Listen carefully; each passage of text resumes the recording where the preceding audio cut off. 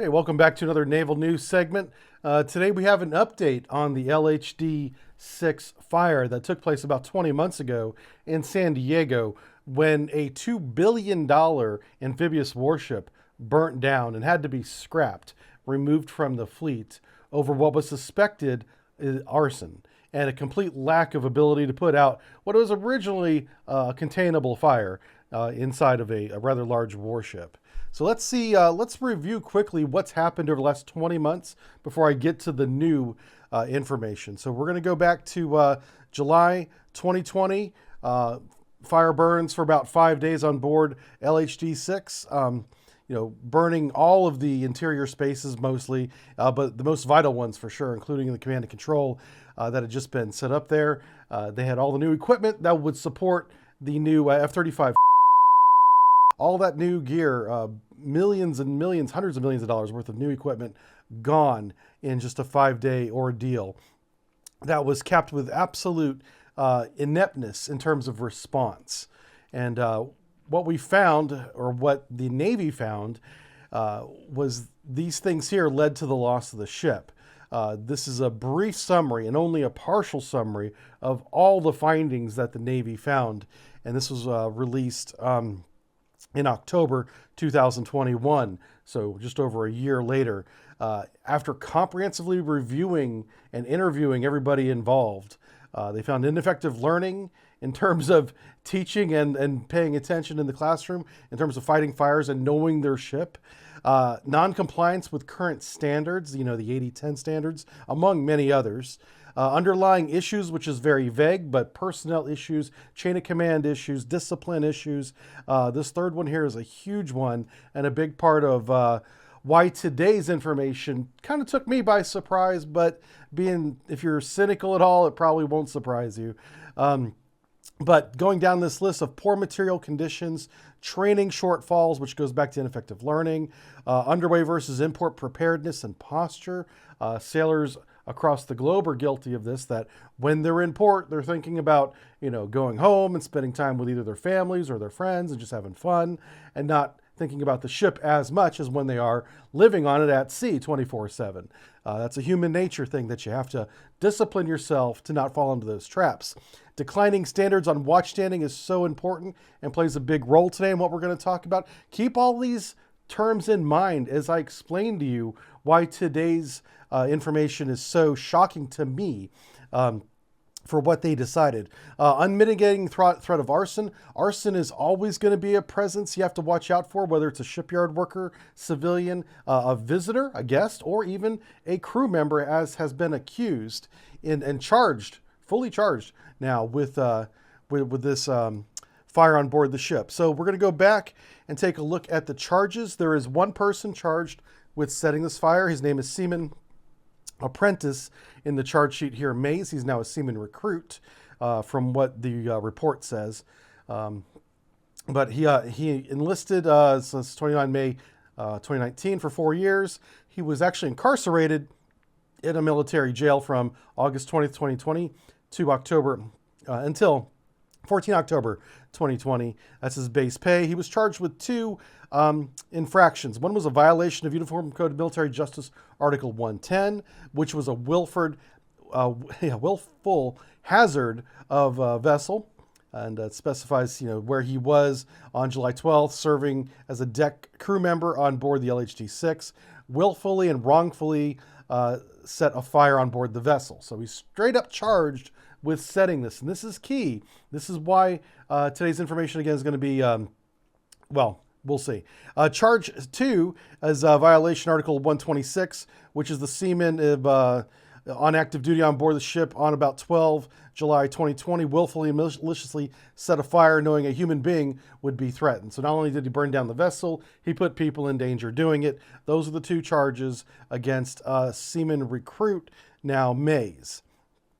And these charges were filed in July 2021. So from this, it goes to an Article 32 review, which is like a preliminary hearing. And from there, they recommend whether or not it goes to a court-martial, which is what we're going to look at now.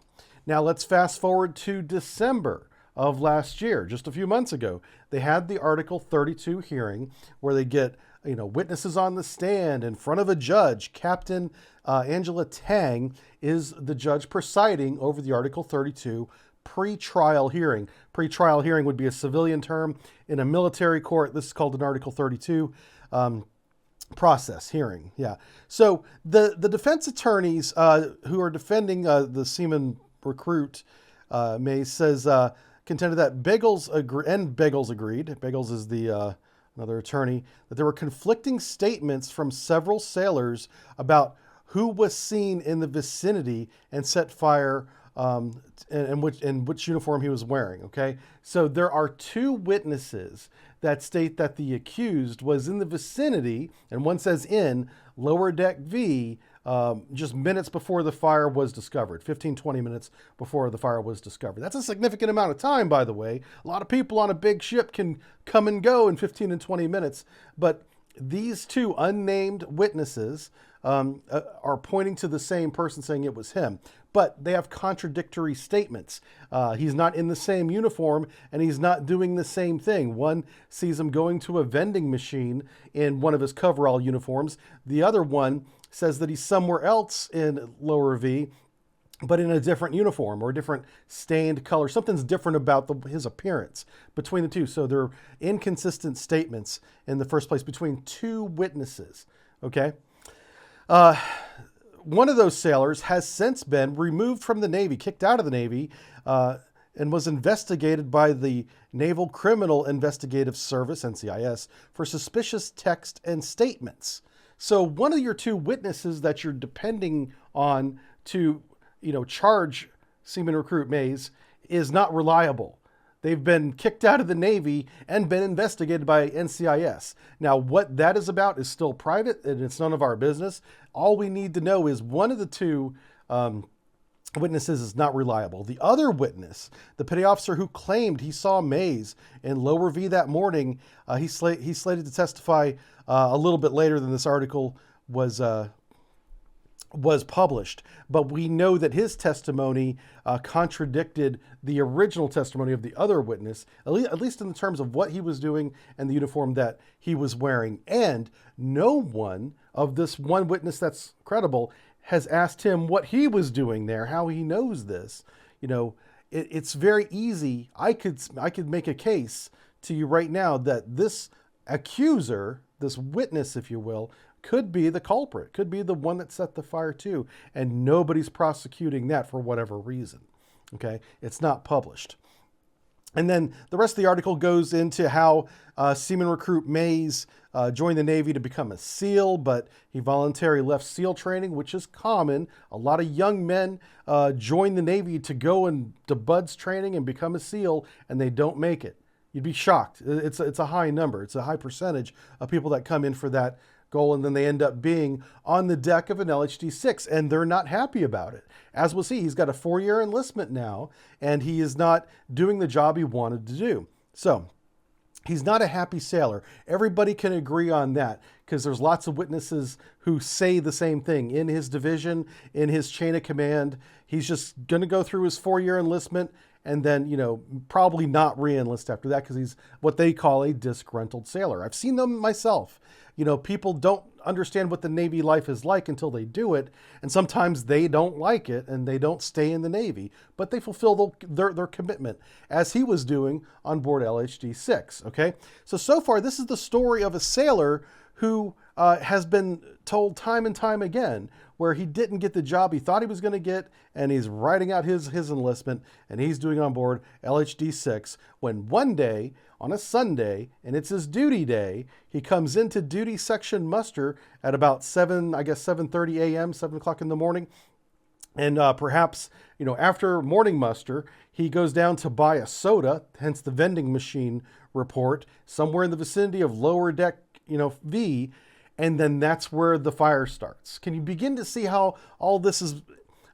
It's very easy to make a case that this could be wrong place, wrong time for a sailor that's disgruntled, that people say, well, he had motivation because he was disgruntled. We saw him buying a soda. Oh, the fire started within 15 or so minutes of seeing him down there. Pretty, connect the dots, right? And then the other thing that is very important here is there was what they called in the investigation sabotage. And the sabotage was described as missing firefighting equipment, including fire nozzles, fire hoses, damaged fire hoses, and CO2 fire extinguishers that had been discharged, and AFFF extinguishers that had been discharged. Completely empty, so whenever they went to use them for the fire, there was nothing that they could do. They had to go find other CO2 extinguishers. So here's what I've seen while I was in the Navy, and this is in the submarine force, where we're much more disciplined than apparently this crew was in 2020.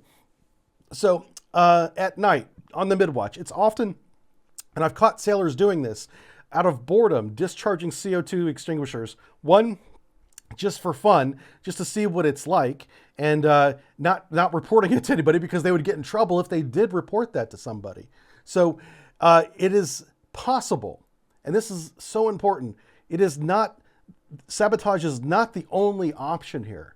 It is possible that over the 18-month period that led up to the fire, where they were in, a maintenance period, not going to sea, discipline is low, morale is low, all those conditions we listed in the beginning are affecting the crew. It is not a good time to be on board LHD-6, and people are bored on the midwatch, discharging CO2 and maybe apparently AFFF, which that's tricky because the CO2 discharge will leave a frost that immediately evaporates in a San Diego environment, warm environment, right? But the AFFF leaves a foam. You got to hide that if you discharged it, or discharged it overboard for fun if that's what you're doing. So you could find other possibilities other than sabotage for this equipment being missing, damaged, discharged. The nozzles, fire control, petty officers, fire control, damage control, petty officers that are assigned around the ship, usually a junior petty officer, are required to maintain the firefighting equipment. And if no one's watching what they're doing over this 18-month period, it is very likely that some fire hose nozzles were taken for inspection or replacement and not replaced properly. And it doesn't happen all at once. It's just it happens to one hose one time. A few months later, a different damage control petty officer forgets to do the same thing. And now you have multiple hoses around the ship that are inoperable because of negligence from the damage control. I'm providing other scenarios other than sabotage for you that I've seen myself in a service that is traditionally more disciplined than apparently the crew of the LHD-6 in 2020. And then finally, the fire hoses. Fire hoses are very heavily insulated. They have a Kevlar-like substance around them, keeping them from being cut. And yet some of these were damaged, so that when they were pressurized, the water went sideways out of the hose instead of through the nozzle. So how do you explain that? They were in a industrial period for 18 months. It is likely that at some point, more of those hoses were struck or hit by something heavy, possibly damaging the hose. It is the responsibility of those damage control petty officers to inspect these hoses, as is the duty chiefs, by the way. Let me tell you about that, which apparently they weren't inspecting anything either. I blame them as much as anybody else in terms of negligence. But the hoses could have been damaged just because they were in an industrial environment. And this all can look like sabotage because there was a fire instead of just negligence. If there was no fire and these things were found, there would be an investigation, but it would be a negligence investigation, not an arson one. Okay? But the final thing that they found in the investigation was that there was no open flame at the initiation point of the fire, which meant that the person, if it was a person setting the fire, did not use a match, a lighter, anything that's open flame, a candle, whatever you want to think that has open flame, that did not start the fire. They did not say what did, but other possibilities are chemical reaction. Whenever you leave oily rags and oily substances stacked inside, on top of each other, they can begin to generate a little bit of heat through a chemical reaction. That is completely normal. It's a normal chemical reaction. And the place where this fire began was not clean at all. It was very dirty, unkept. Large cardboard boxes were piled full of, dirty equipment. Part of that dirt is oil and other, lubricants that are very flammable. it is likely that the initiation point, instead of being someone setting the fire, was combustion due to a chemical reaction. So now you have negligence for over a year of damage control equipment. You have an unkept space that isn't properly policed and inspected from everybody, from the duty chiefs down to the watchstanders, down to the damage control petty officers and the people who are assigned to maintain these places. Everybody failed. Everybody failed. And so now, whenever they have all this investigation, all this stuff is revealed, they want to say, well, if it wasn't for this one person, none of that would have mattered. They can bury all that in the past because we have our culprit. We have the person that set the arson. Well, let me tell you what. After all that evidence came out in December, just a few months ago, Captain Tang, who was in charge of the Article 32 preliminary hearing, recommended not to go to court-martial. The government's case was too weak. There's too many other possibilities, including we know there was no open flame at the source of this fire. Therefore, arson is becoming less and less likely, and instead, it is becoming more and more likely that this is a gross negligence of the entire chain of command over a greater than 18-month period in a maintenance port. I'm sure there's some people on the crews that do fantastic jobs, but there was enough people that didn't that caused this to happen. Now, let's read from today's piece. From USNI News, Navy to court-martial sailor accused of arson in 2020 Richard fire. Hearing officer advised no trial, says attorney. This story by Gidget Fuentes. Side note, I went to high school with a Gidget Fuentes. If that's you, give me an email. I'd love to talk to you. Okay, back to the story. A junior sailor will be tried in a general court-martial on charges that he intentionally started a fire that grew into a raging blaze in 2020 that burned the former LHD-6 for days, the Navy announced on Friday. So about a week ago now. The U.S. Third Fleet Commander, Vice Admiral Seaman Koehler, on Wednesday formally referred, which means formally charged, 2 charges of arson and hazarding a vehicle against seaman recruit Ryan Mays to a general court-martial after careful review of the preliminary hearing report. Fleet spokesperson Commander Sean Robertson said in a statement, charges were brought in response to the evidence found during the criminal investigation into the fire that started on July 12, 2020 on board LHD-6. The Navy planned to repair and then later decided to scrap the ship for inventory. So Mays, who's 22 years old, was served notice of the charges Friday morning, according to a charge sheet, of which I've already shown you a copy of that, the charge sheet. So a little background about the Admiral here. Admiral Koehler took the helm of the Third Fleet in June 2021. So this is after the investigation is over, but before the Article 32 pretrial hearing begins. He is now the new Vice Admiral of the Third Fleet. So he was not the Admiral at the time of the incident. Okay? A lot of those guys got canned within a few weeks of this happening during the investigation. All right. During the Article 32 preliminary hearing held in December at Naval Base San Diego, 2 sailors I told you about testified seeing someone they believe was Mays in the area before the fire was reported. Remember, one was, kicked out of the Navy with an NCIS investigation, so not credible. The other one, who appears to be credible, is a single point of failure and could be the arsonist. This could be a case where one of the witnesses is the suspect, or should be the suspect. But we don't know that, okay? All I'm saying is that there's a lot of other options other than seaman recruit Mays being an arsonist, okay? And this is what the defense pointed out during the entire preliminary hearing, during the entire Article 32. Defense, point by point went down the investigation and said, look at all these other options other than arson. Why are we jumping on this one sailor over a single credible witness report? We'll give him the benefit of the doubt that he's credible. Okay, so The defense, Barthel says she recommends that the charges not proceed to trial, given the problems with the government's case. There's so many holes in this case, it's unlikely that there's going to be a conviction, but that would be if it's a civilian court. This is a military court, and the rules are much different for the accused.